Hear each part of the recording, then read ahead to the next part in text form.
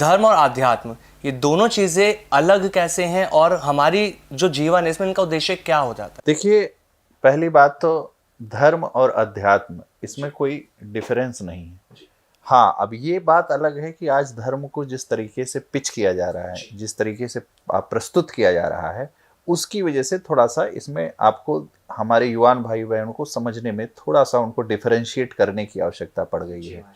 धर्म क्या है? जो धारिती है, जो आप धारण कर सकते हैं। धर्म क्या है? धर्म है जो जिसका आप आचरण कर सकते हैं।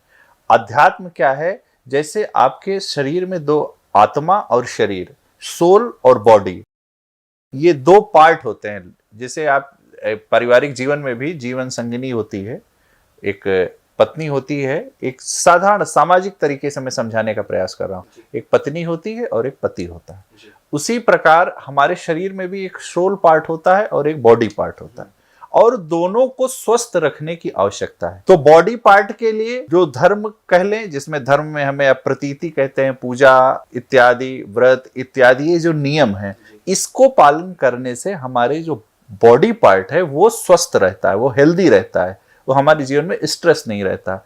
परंतु उसके सिर्फ एक ही पार्ट को सेटिस्फाई कर देने से हमारे जीवन में अध्यात्म का या जीवन में धर्म को हम ठीक से समझ या कोड नहीं कर पाएंगे। उसके लिए हमको दोनों पार्ट को समझना पड़ेगा। ऑब्वियसली जैसे जीवन में कुछ भी चीज करना है तो उसके पीछे के लॉजिक्स को समझने पड़ेंगे। जब तक बिना लॉजिक के आप कुछ नहीं कर सकते। उसी प्रकार धर्म और अध्यात्म का लॉजिक क्या है? लॉजिक इसलिए कि हमारी जो सोल है वो प्योर है। वो आत्मा जो है हरदम परमात्मा का अंश है। वो कभी भी उसमें द्वेष नहीं है, विद्रोह नहीं है। वो हरदम ऐसी चीज को एडॉप्ट करना चाहती है जो हर जगह जो सत्य के मार्ग पर चलने वाले लोग हों, वो ऐसी चीज को ही सुनना चाहती है। जैसे कोई सज्जन व्यक्ति रहता है, उसको यदि आप कोई ऐसी बात करेंगे तो उसके समझ में नहीं आएगा। जैसे आपको यदि फॉर्मल कपड़े पसंद है, यदि आपको अच्छे कपड़े पसंद है, ट्रेडिशनल कपड़े पसंद है, तो आप वेस्टर्न कपड़े आपको नहीं पसंद आएंगे। उसी प्रकार जैसे सोल का अपना एक स्वभाव है। उसका स्वभाव क्या है? शांति, धैर्य, मानवता, शीलता, क्षमा, करुणा, दया, ये सब आत्मा के स्वभाव हैं। और जब हम इन अपने जीवन में ये सब स्वभाव धारण करते हैं, तब हमारा जो बहुत इंपॉर्टेंट पार्ट है सोल, वो सोल अपनी आत्मा, सोल सेटिस्फाइड होती है। और फिर क्योंकि सोल ही हमको इनपुट देती है कि हमें क्या करना है। जैसे आप कंप्यूटर में जो टाइप करते हैं, फिर उसके बाद में वो एक प्रोसेसर में जाता है। प्रोसेसर उस चीज को अपने हिसाब से मैनिपुलेट करता है, और फिर उसके बाद में जो प्रोसेसर मैनिपुलेट करता है वही डिस्प्ले होता है। ऐसा कुछ नहीं कि प्रोसेसर ने यदि ए डिकोड किया तो सिस्टम पे बी दिखेगा, नहीं। The same will be shown on desktop. क्या जो प्रोसेसर ने ए कहा तो the same will be reflect on the screen.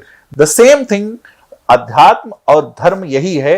अध्यात्म जीवन में जब आएगा, स्पिरिचुअलिटी जीवन में आएगी, तो क्या होगा? वो हमारे व्यवहार को डिकोड करेगी, और वो व्यवहार फिर हमारे जीवन में दिखेगा, और फिर हम सफलता के मार्ग पर जाएंगे। आज धर्म को लेकर के क्या है कि एक कंफ्यूजन क्रिएट कर दिया गया है। लोग कहते हैं धर्म अलग है, अध्यात्म अलग है। अपितु वो है नहीं वैसा। धर्म ही अध्यात्म है और अध्यात्म ही धर्म है। लेकिन अब रिलीजियस होने के नाम पर आज कट्टरपंथ का जन्म हो गया। रिलीजियस होने के नाम पर हमारी कोई मान्यताएं हैं, हमारी कोई व्यवस्थाएं हैं, हम उसके प्रति कट्टरपंथ होते जा रहे हैं।